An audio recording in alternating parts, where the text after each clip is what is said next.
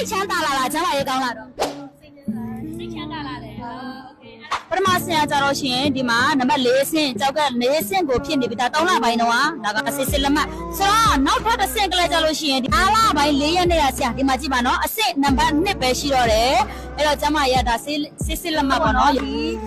ကြောက်ကနဲ့ပတ်သက်ပြီးတော့နောက်ဆုံးအဆင်ဖြစ်နေတဲ့လူတွေအဲ့တော့ကြောက်ကနဲ့ပတ်သက်တဲ့လူတွေဒီဗီဒီယိုဖိုင်ကိုဆုံးကြည့်နားထောင်ဖို့ကျွန်မအကြံပေးပြစီနော်အစစ်ဆေးရုံကနေပြောထားတာပေါ့နော်လုံးဝရှောတော့မှတေတော့မှအဆင်ကြီးဖြစ်နေပြီဒါပေမဲ့အေးမကငိုယိုပြီးရီမို့ဓာတ်ဆောင်တွေ့ပြီးတော့တောက်တုံပြီးတော့အခု2ပတ်ပဲရှိသေးတယ်တော်တော်လေးကိုကောင်းမွန်လာတာတွေ့ရတယ်ဆိုတော့အဲ့ဒါကိုတကယ်ဟုတ်မဟုတ်ယမင်းနဲ့အတူလိုက်ပြီးတော့မေးမယ်ဒီနေ့ရုံးရောက်နေလို့ကြားရတယ်နော်โอเคလိုက်ခဲ့ပါရှင်โอเคမင်္ဂလာပါရှင်နည်းနည်းဝင်ထိုင်မယ်နော်မင်းနော်โอเคပါပေါ့နော်အမယောဂနဲ့လာတာလေကြောက်ကနဲ့ကြောက်ကယောဂနဲ့ဟုတ်ပြီကဲကြောက်ကယောဂနဲ့3လပိုင်းတစ်စစ်တဲ့အချိန်မှာစေးရုံကပြောခဲ့လေကြောက်က3လပိုင်းအဆင့်4လို့အဆင့်5အဆင့်4လို့အဆင့်4ကိုရောက်နေပြီအဆင့်4ကိုရောက်နေပြီတိမ်မဲ့လူနာတစ်ယောက်ပေါ့နော်ကဲဟုတ်ပြီအဲ့ဒီတိမ်မဲ့လူနာတစ်ယောက်ကိုဆရာမပြောလိုက်တဲ့အချိန်မှာဘယ်လိုခံစားရလဲဟိုနေတာပေါ့နေပြီးတော့ကဲဘ누구စီရောက်လာခဲ့လဲအမေစီရောက်လာအမေထွေးစီရောက်ခဲ့တယ်နော်အားလို့ကောင်းတယ်အဲ့လိုလည်းကောင်းတယ်ဟုတ်ကဲ့ကီလိုတွေလည်းတက်လာတယ်ဟောကီလိုတွေလည်းတက်လာတယ်အဲ့လိုလည်းကောင်းလာတယ်ဒီနေ့အခုဆေးရုံမှာသက်စစ်ခဲ့တယ်ဒီနေ့ပေါ့နော်ဒါဒီနေ့9လပိုင်းသက်စစ်ခဲ့တယ်9လပိုင်းသက်စစ်ခဲ့တာက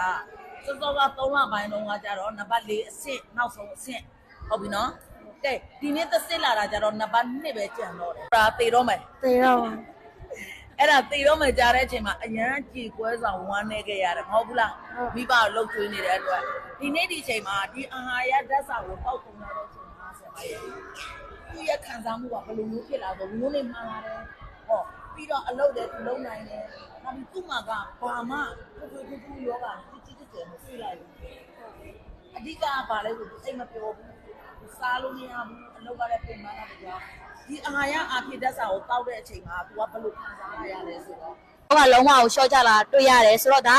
အမေကြီးကိုမေးရဲဆိုတော့အမေကြီးဒီရိုဘီမောမလူနာစစ်ဆေးပေးတဲ့အတွက်ကြောင့်မို့လို့အမေကြီးရဲ့လူနာပေါ့နော်ဒါမေးမြန်းခြင်းဖြစ်တဲ့ဒါလူနာကိုယ်တိုင်ကလည်းဒီမှာရောက်ရှိနေတာဖြစ်တဲ့အတွက်ကြောင့်မို့လို့ဒါကျမတို့ရိုဘီမောအာဟာရဓာတ်စာကတချို့ကရှင်းပြောလို့ရှိရင်ကိုယ့်လက်ထဲမှာရှိနေပြီကိုယ့်စီမှာရှိနေပြီတောက်ရကောင်းမလားမသိဘူးယူထားပြီးတော့တောက်ပြီးတော့ဘေးဆိုးကျိုးအန်ဒရယ်ဖြစ်သွားမှာကြောက်နေကြတယ်မကြောက်ပါနဲ့ရှင်းပြောရင်ကျမတို့ရိုဘီမောဒီစီးပွားရေးတာမကပဲနဲ့လူတွေရဲ့အသက်လူတွေရဲ့ကျန်းမာရေးကိုလည်းကဲတင်ပေးတာဖြစ်တဲ့အတွက်ကြောင့်မလို့ဒီနေ့ဆိုလို့ရှိရင်ဒါက